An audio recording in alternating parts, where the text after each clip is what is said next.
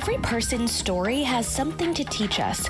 How others view life, how obstacles are overcome, how joy is felt, how fears are faced, how love is expressed. The Matters of Faith podcast explores individual stories of people's lives and how faith plays a part. It may not be your story, but it may help shape yours. And now, Matters of Faith with your host, Jay Wilburn. You have found the Matters of Faith podcast on Project Entertainment Network with your host, Jay Wilburn. This is episode 186. In just a moment, I'm going to bring on Lucas Mangum, but I want to talk about him a little bit first. His book that we're going to be discussing today, coming out soon, is Extinction Peak. That will be through MadnessHeart.Press. Also from Lucas Mangum. Books that I've enjoyed in the past include Saint Sadist, Gods of the Dark Web, and Cruel Summer. He has more than that you can check out as well. Lucas's first appearance on the podcast was episode 125 on June 24th, 2019. If you go back to listen to that episode, then you'll get to hear us kind of talk a little bit about his background and some of his other books. And so you kind of get your introduction to him there. We're not going to rehash a lot of that stuff. We're going to kind of jump into what is new. Before we get into all that, I want to thank our sponsor, WINGSPAN Marketing.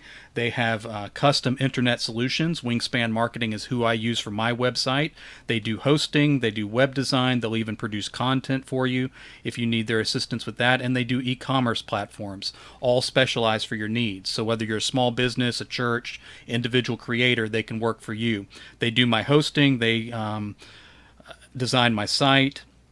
They put up my online store, which has become a major portion of my income. And it's not just a cookie cutter thing. When I call up and say, hey, I want to try this thing there's not an app for, Andy's the guy from WINGSPAN Marketing that comes in and helps me figure it out. So he's very proactive. He's come in to let me know when things need to be updated on the site. So it's not a situation where suddenly your hosting disappears or anything like that. So I can't recommend WINGSPAN Marketing highly enough. So thank you for sponsoring the show, and I, from personal experience, there's definitely somebody you should check out. And now we'll get into the rest of the episode.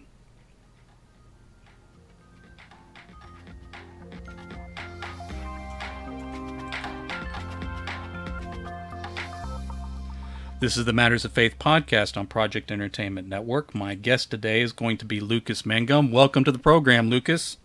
Hey, Jay. It's great to be here. How are you doing today? Doing great. It's good to see you again. We keep missing each other in conventions now that we're all on lockdown, so it's good to keep up every once in a while. Definitely.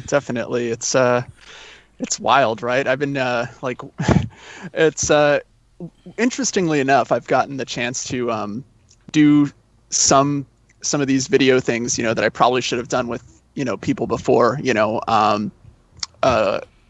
but kind of, I guess, using the lockdown as an excuse, like I'll just be watching movies with people because, we're all from different places. So we're all scattered about the country. And I'll be watching horror movies with some of my friends from all over the place. Well, it's funny exploring Twitch as a platform. I've kind of been on the fence because it did require some equipment upgrades, camera, bigger computer, a bunch of things like that. So I was like, well, it's an investment, but I can use it for this or that. And kind of one of those factors was the lockdown and being able to be on conventions online and, camera quality being a piece of that. Yeah. So it's a big step forward for me, but I guess you find the silver lining in whatever you have to deal with. Like I said, you've been on the program before, but I kind of want to talk about some things we haven't talked about, which would be the book that's coming out. So just focusing in on Extinction Peak. Am I correct that is coming out October 15th? Do I have that date correct? Yeah, thereabouts. It's mid-October, and we're saying October 15th, but Amazon can be sometimes. All right. While we're on that subject, I talked to the good people at MadnessHeart.Press, and they're doing a full-day kaiju event, kaiju being giant monsters, and we can talk about that a little bit. Oh, yeah. If you buy the book, whether it comes out exactly on October 15th or thereabout, you get a Mobi or PDF copy of Devour the Earth, which is an anthology they're putting out also about giant monsters. So you kind of get a bonus for checking out books that are already great from Lucas Mangum. That event will be on Twitch and Zoom, and will also be connected to YouTube and other platforms as well. So you'll be able to get on streaming. There'll be live readings, giveaways, articles, interviews, and so forth. I'm sure you'll be a part of that too, since your book is a big push of that. So we'll definitely keep promoting that. Let's talk about that book in particular, because like I said, I before I ever had you on a show, maybe not before we met, but like near thereabout, I was picking up Saint Sadist, I was picking up Gods of the Dark Web, and maybe a lesser known book, but Cruel Summer was one that you wrote that I really enjoyed too. And then you gave me an advance copy of this, which is an advantage of reading people's books and talking about them. Is sometimes they want you to read more books and talk about them. But this book took a little bit of a different direction. Like whereas most of your work kind of has this, I don't know if the words are right, but I'll just say them anyway, this sort of surreal quality, or like that reality has fuzzy edges kind of thing. Oh, yeah. And then also a little more extreme in terms of the visceral nature of this surreal violence that's going on and stuff in the book sometimes. This one was a little more straightforward, and I don't mean that as an insult. And it was, even though you got giant monsters, the narrative is very grounded in reality. It's like if giant monsters were real, this is the gritty, real world that a character would go through from point A to point B. Was it a conscious choice to take a different direction in your narrative in this story? Yeah, I this particular book has gone through probably the most drafts since the very first thing I wrote. I would say that behind the very first thing I wrote, this has probably gone through the most drafts, because I wasn't sure what I was writing, which, happens to me a lot. I thought, I started out just wanting to tell like kind of a pulpy, dinosaur story, but then the part of me that really wants to be read in schools, it was like, oh, I need to have some like heavy duty like literary shit in there too. And and so there's just I'd say like it's not a long book or anything, but it took like 5 years to really get it right on and off. And what was the final straw for me was, weirdly enough, reading Blood Meridian, which isn't a post-apocalyptic novel. It's like a Western novel, but it really feels like one of those novels. And I thought, so I listened to it on audio, so I didn't have some of the gripes that some people have with McCarthy, like, the lack of punctuation or anything like that. Yeah. So when I listened to it, I was just like, this is what I want, because I wanted to still have kind of a stylistic flair, but also tell a very straightforward, violent, but also fun kind of story, which I think with dinosaurs you kind of have to do a lot of those things. But yeah. All right, so I met you at KillerCon, and it wasn't that long ago. No. So you had been working on this novel for a long time, because I remember you talking about it there. But apparently it was an ongoing thing at that point. How far along were you about that time? And I guess it was August 2019. So yeah, in 2019, I had written about 2/3 of it, and I had actually thought I was done. Like I ended it very I don't know. I mean, you've read, since you've read a lot of my other stuff, like you like my stuff can be very open-ended, and some people love it, some people hate it. But for this, I tried to do that, and after some feedback, I was kind of led to believe that maybe that wasn't the best route to go for this particular piece. That I needed to kind of take it all the way to the end, and kind of actually write a book, I guess. It does. Again, part of it being sort of a realistic telling. There's no real moments where a character's questioning reality, other than are these giant monsters real kind of thing. But like, there's never a question of, oh, is this an hallucination or anything of that nature? Is this a dream? It's all it's all presented as real as those events could be. And it also kind of felt like there was an effort there to create sort of cinematic scenes, so that like when something was described, as if like they could take this and make the script of the movie. So like as you're writing dinosaurs, were you kind of picturing a dinosaur movie in your head as you're putting it together? Yeah. So when I was 9 years old, I saw Jurassic Park in the theaters like 3 times, you know. But even before that, I mean, Jurassic Park was really kind of the pinnacle for me, because, you know, before that I was still watching, you know, the giant monster stuff. Like I was watching all the Godzillas, I was watching King Kong and the Lost Worlds, and even like 20,000 Leagues Under the Sea, like, you know, with the giant squid battle, which I just rewatched and I think it still holds up lovely. Yeah, I was trying to, I wanted to create kind of that cinematic feel, because like I think, you know, most people who are into that stuff, you know, dinosaur fiction, I think most of them are like, you know, they're like me, where it's like I like the movies, but I also really want to read something, and so like to kind of, you know, bring over that, I don't know, crossover appeal, I guess is probably a good way to say it. That was kind of what I was going for.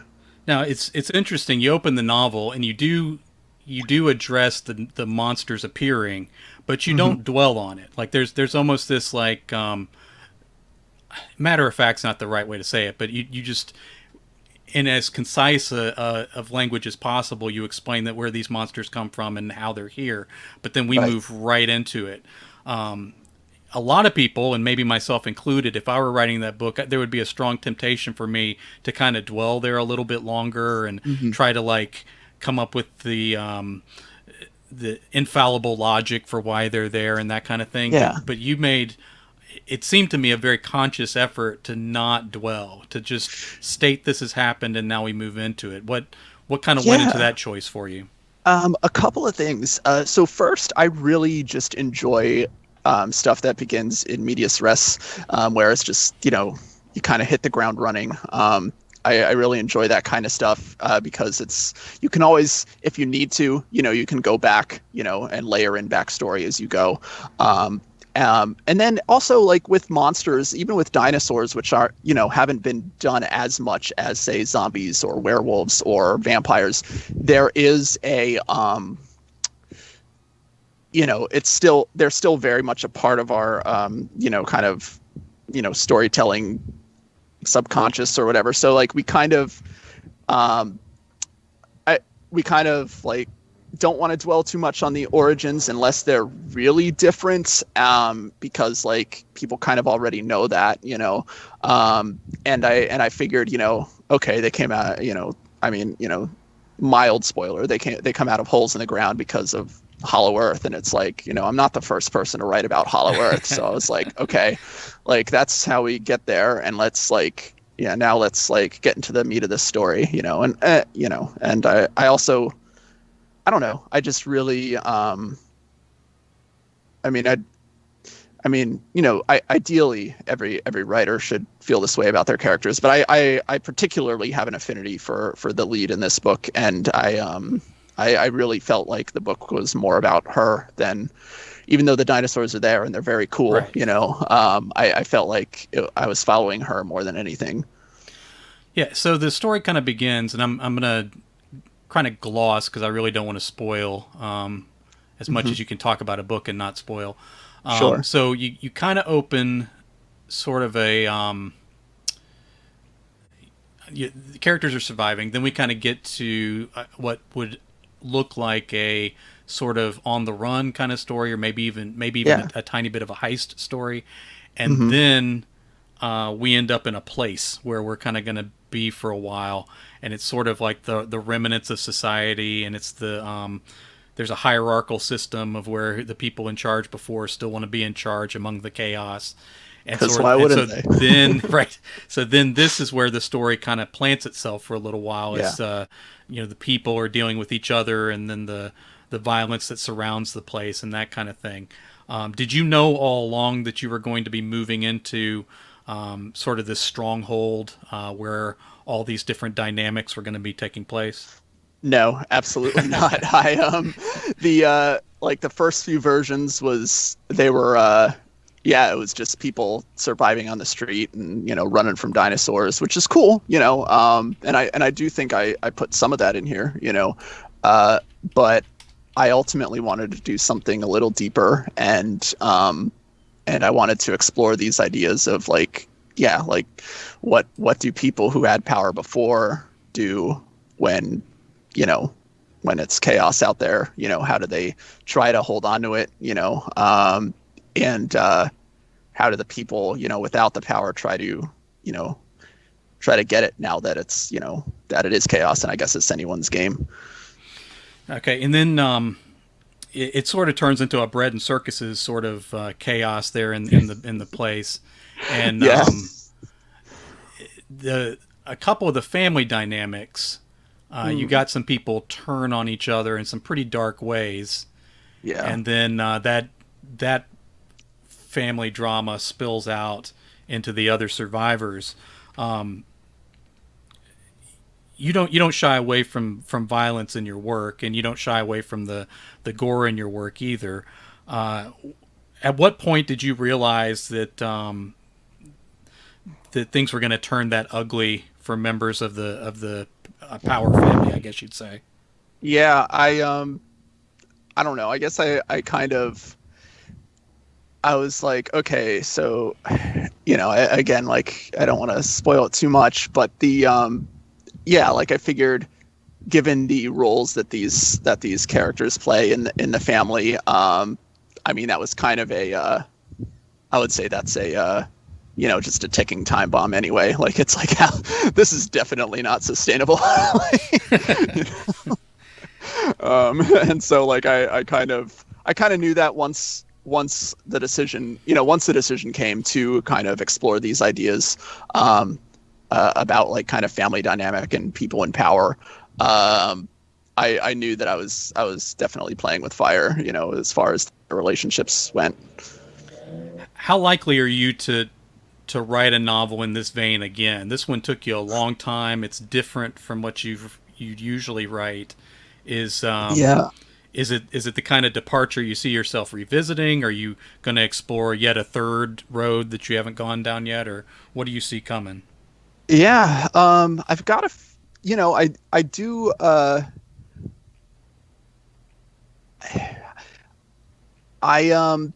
definitely see a lot more, of like kind of, fun, kind of showing the fun side of horror as well as the gnarlier side. Because I mean, whether you like Saint Sadist or don't, like I'm not going to sit there and tell you it's a fun book, No. like it's just not. It wasn't fun to write. I'm sure it wasn't fun to read. But I think Extinction Peak has a little of both, and yeah, I could see myself doing more of that, though maybe not on as large of a scale as Extinction Peak. Like, even though it's still a fairly short book, I don't like that big post-apocalyptic stuff. Like, whether you're writing a 5,000 word short story or a 100,000 word novel, I think you really need to do a lot of planning and thinking about like, okay, so this is a different world.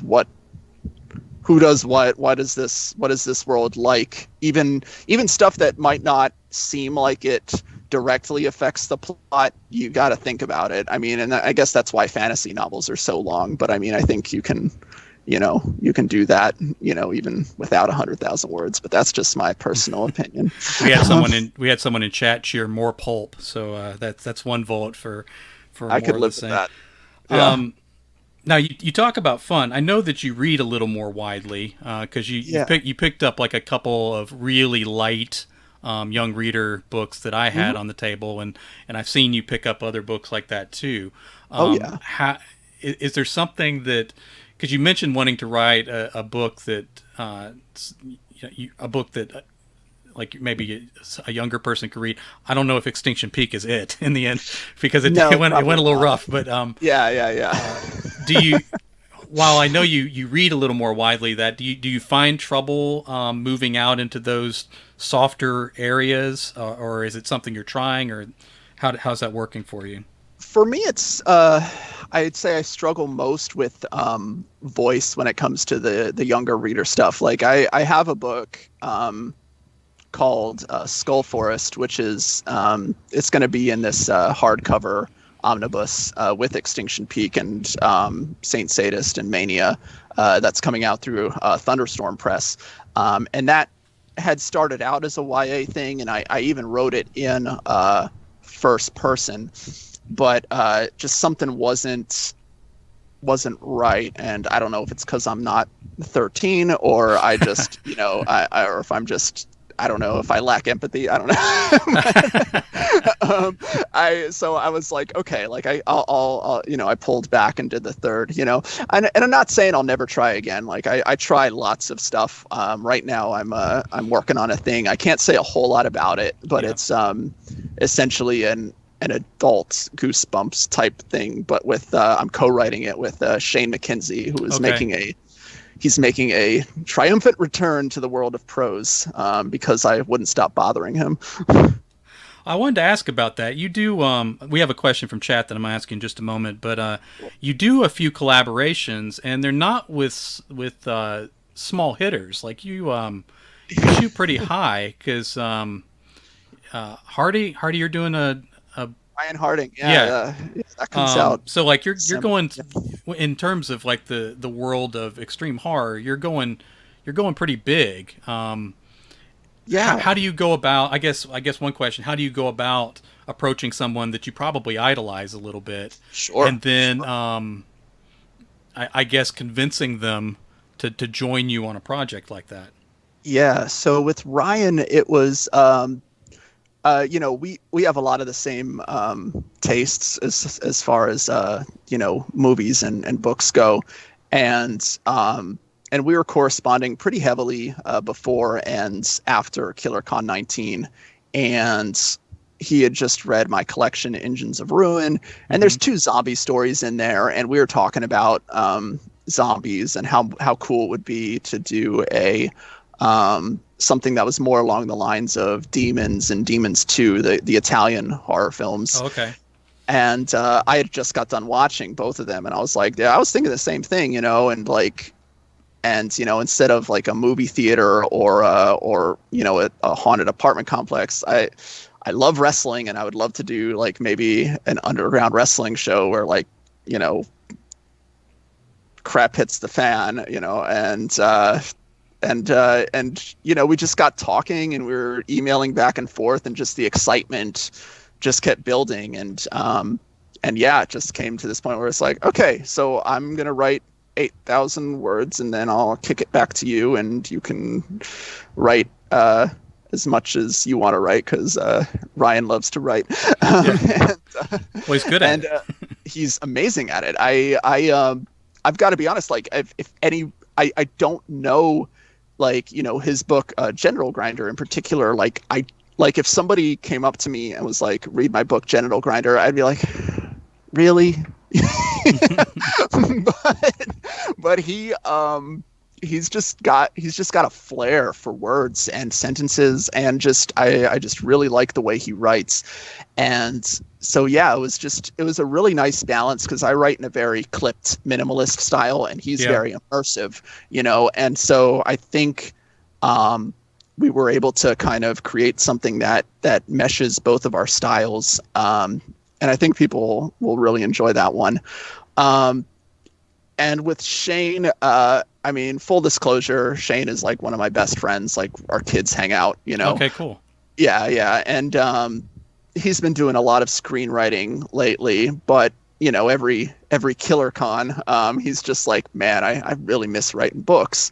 And this past one, the virtual one, I was just like, well, I miss your prose too, and why don't you James Patterson me, like send me an outline, and I'll, and that's what it started out as, but now it's kind of this thing. We have a publisher interested, which is why I can't really I talk got about, you.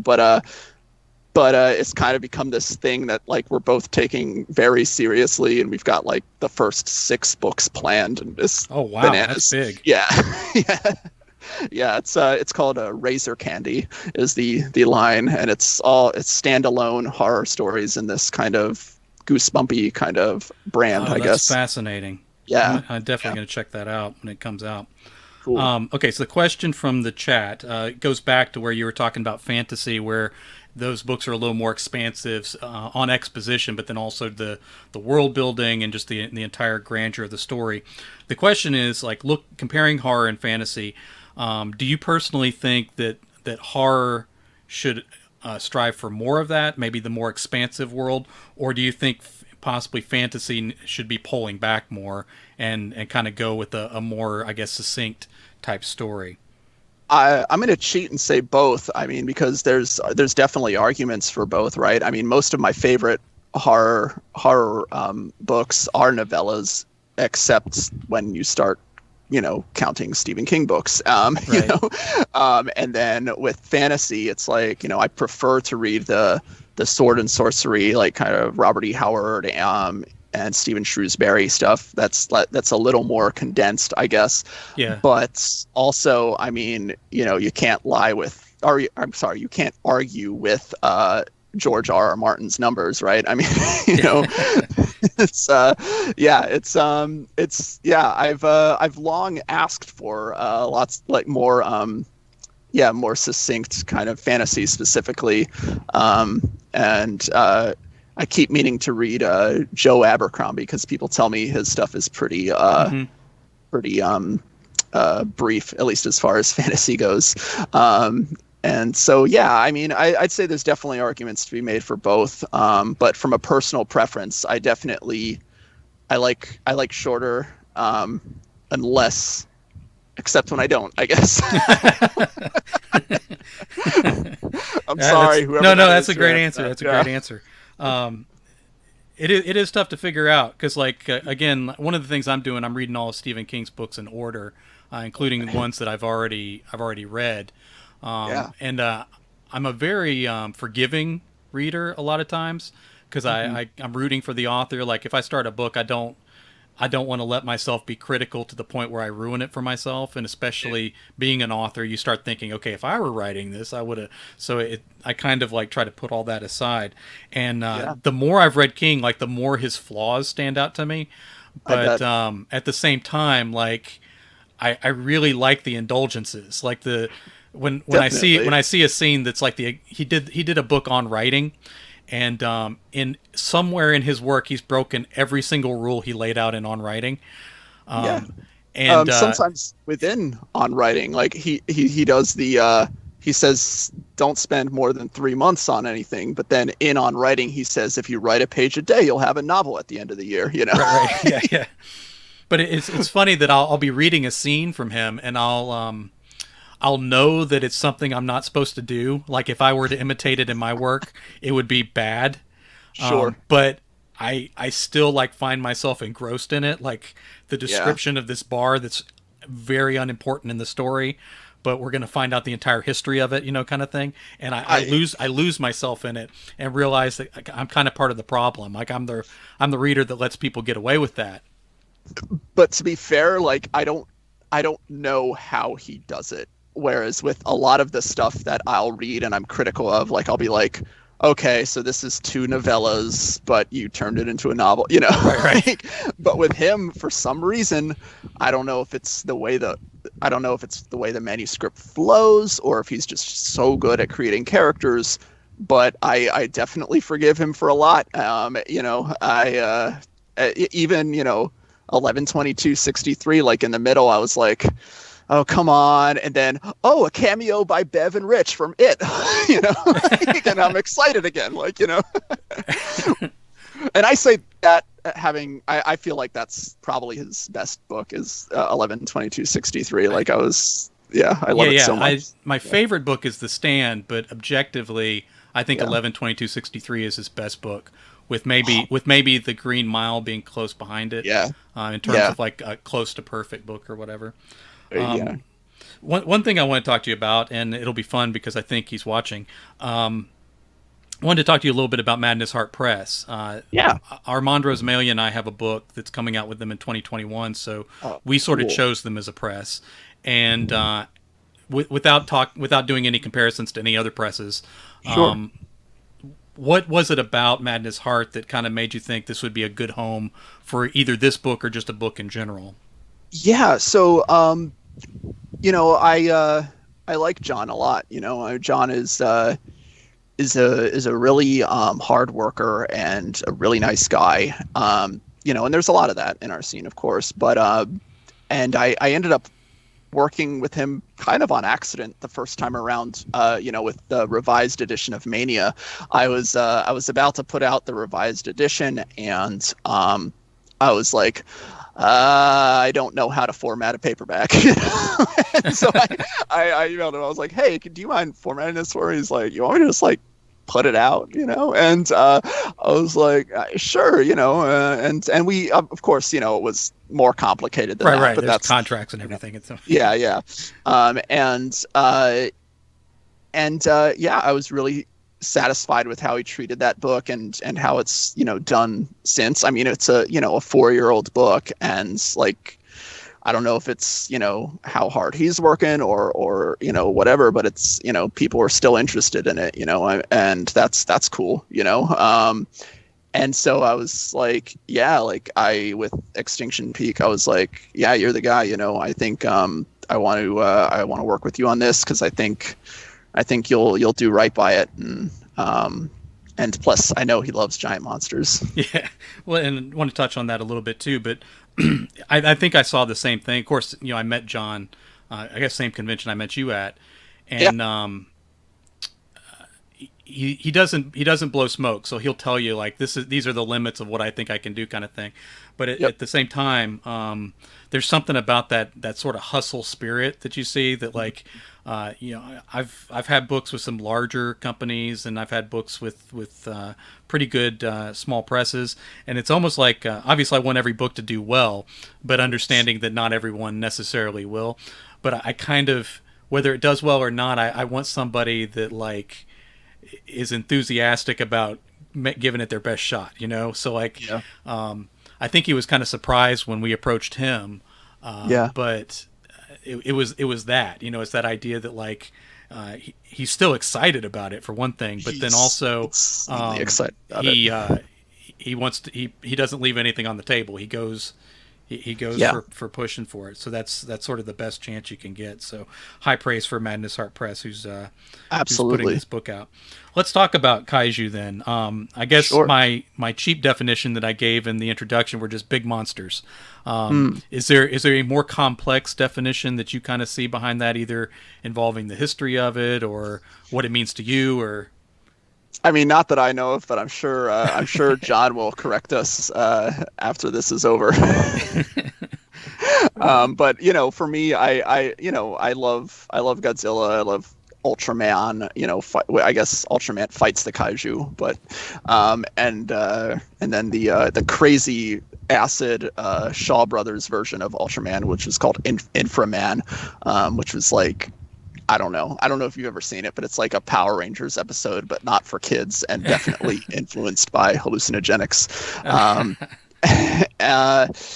But yeah, I mean, anything giant that I guess, I would say, and again, people who are more into kaiju than me can definitely call me out on this, but I believe it has to come from the Earth, our planet, to be a kaiju, and then anything else is an alien. But maybe they're alien kaiju. I don't know. It's complicated. First of all, John is on. He's kaiju poet on. Yes. He's kaiju poet on Twitch, and when you said it couldn't come from space, his response was nope. So, so he didn't let that ride. He also said that strange beast is the literal translation of kaiju. Oh. Now, as you were doing Extinction Peak, was that in your mind, sort of that Godzilla tradition, or just giant monster, that kind of thing, or was it more sort of the Jurassic Park sort of No, world of things? it started with it actually you know this is weird to say because I feel like a lot of writers say this, but it really started as a dream. Like I like dreamed of it was, I don't know, like it kind of was like, I don't know, like I swear this sounds insane. Oh my god, I can't believe I'm gonna say this publicly, but I like dreamed the movie Tremors, except the worms were dinosaurs, and I was just like, I want to write that. Your subconscious was working on you, I guess, a little bit Yeah, there. yeah. Why do you think it took you 5 years? Like, why, if you, because you're excited about it, but Hmm. like, that's long. That's a lot longer than your any other book took you, correct? Or Absolutely, okay, yeah, absolutely. I thought we talked about that. Yeah. Okay, why something you're so excited about, and then a 5 year gestation to make it a real thing? So the first version was just definitely not very good, and I had to put it away for a while before I got it to where it needed to go. Like it was just, you know, going back over something like an entire manual. Like this is one of those cases where it's like, okay, like this isn't a revision thing. This is like the whole thing needs to be rewritten. And at that point in my life, I just couldn't bring myself to rewrite an entire book, regardless of how exciting the idea was to me. Okay, That makes, was it the letting go? Like you had to let go of everything you wrote and start over, so that was sort of the barrier for you. yes, yes, exactly. There's again, like not I will try not to spoil it, but one of the characters who like dies in a really awful way was the original protagonist, and that was almost like a, I don't Oh, know, like a ritual cleansing of the story for me when I was writing this version. um, I'm probably going to spoil something, but was that an early death in the novel? Yeah, Okay, yeah, okay, yeah. because that I can kind of see a little bit, and Yep. it turned into a nice twist, I Well, think, and thank you, thank you. I could see where you orchestrated that a little bit, and I could see where it's a better novel for having done it the way you did it. So, Oh, cool. Thank that's you. interesting. That Yeah.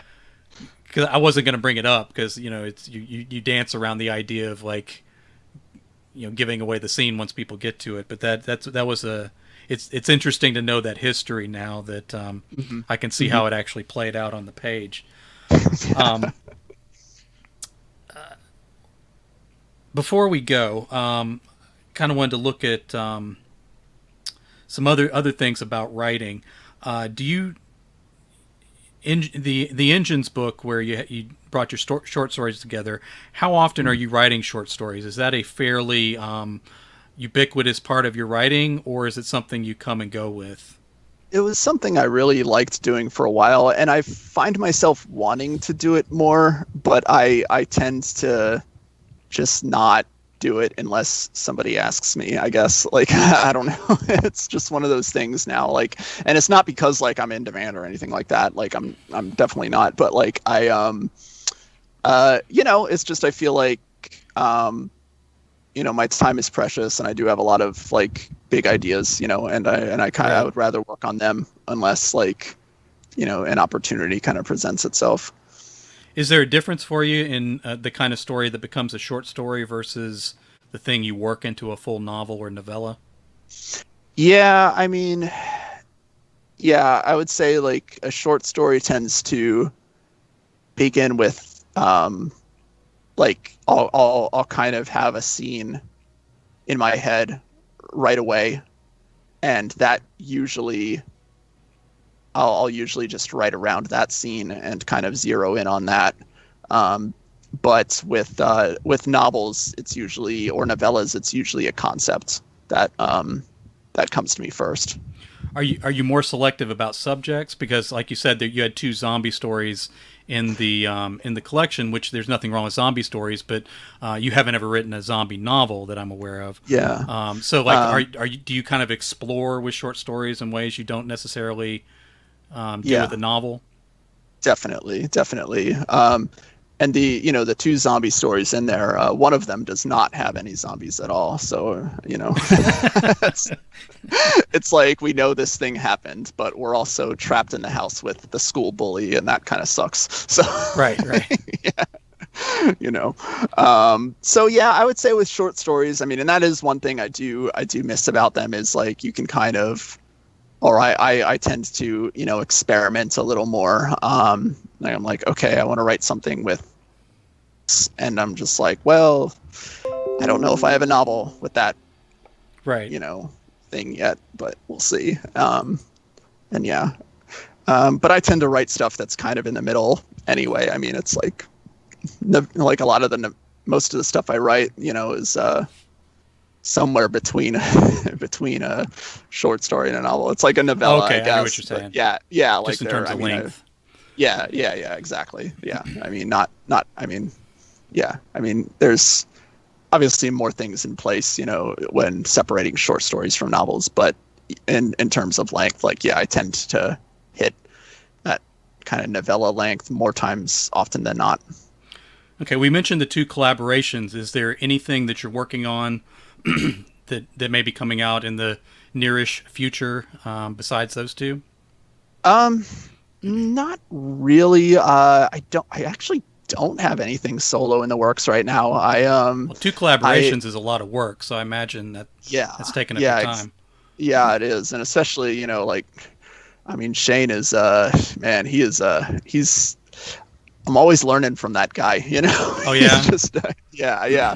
Which, so it's, yeah, it's definitely, he's very meticulous when it comes to structure and theme, whereas I tend to, I think I tend to eventually get there, but for the most part, like, writing for me tends to be more of an exploratory process. So this is like definitely taking up a lot of headspace trying to figure out, like, how to work together, and it's all good because we're like having fun doing it, but it's definitely immersive. Well, I was about to say, when you pick two heavy hitters to collaborate with, I imagine you're kind of challenged to bring your A game to both projects. So, Exactly. you're not making it too easy on yourself there. No, Um, no. And the Ryan thing, we finished that last year, and it's like, but yeah, we're still talking about it, exciting ways to promote it, because it's like, I feel like horror and wrestling have always been kind of these weird bedfellows, and I'm like, I know there's crossover potential in there somewhere, but and of course, the haters will be like, well, wrestling fans don't read, and I'm just like, yeah, they do. They read wrestler autobiographies. Come on, like. all right, real quick, where can people find you generally if they're looking for Lucas Mangum work? Yeah, they can go to lucasmangum.com, or check out my Amazon page, or yeah, I'm on Twitter at Real Lucas Mangum, or on Instagram as Real AF Lucas Mangum. All right. October 15th ish is going to be when the book is coming out, and that will also be a big day. And keep in mind, if you buy the book in or around that day, MadnessHeart.Press will offer you a Mobi or PDF copy of Devour the Earth, a great anthology with more big monsters. So you get two books for the price of one from great authors. So be on the lookout for that. Thanks for being on, Lucas. Oh, thank you so much. All right. And before we go, I want to remind everyone that our sponsor was WINGSPAN Marketing. You can go to wingspanmarketing.com to check them out. And we appreciate them supporting the show. And I look forward to talking to everybody again next week.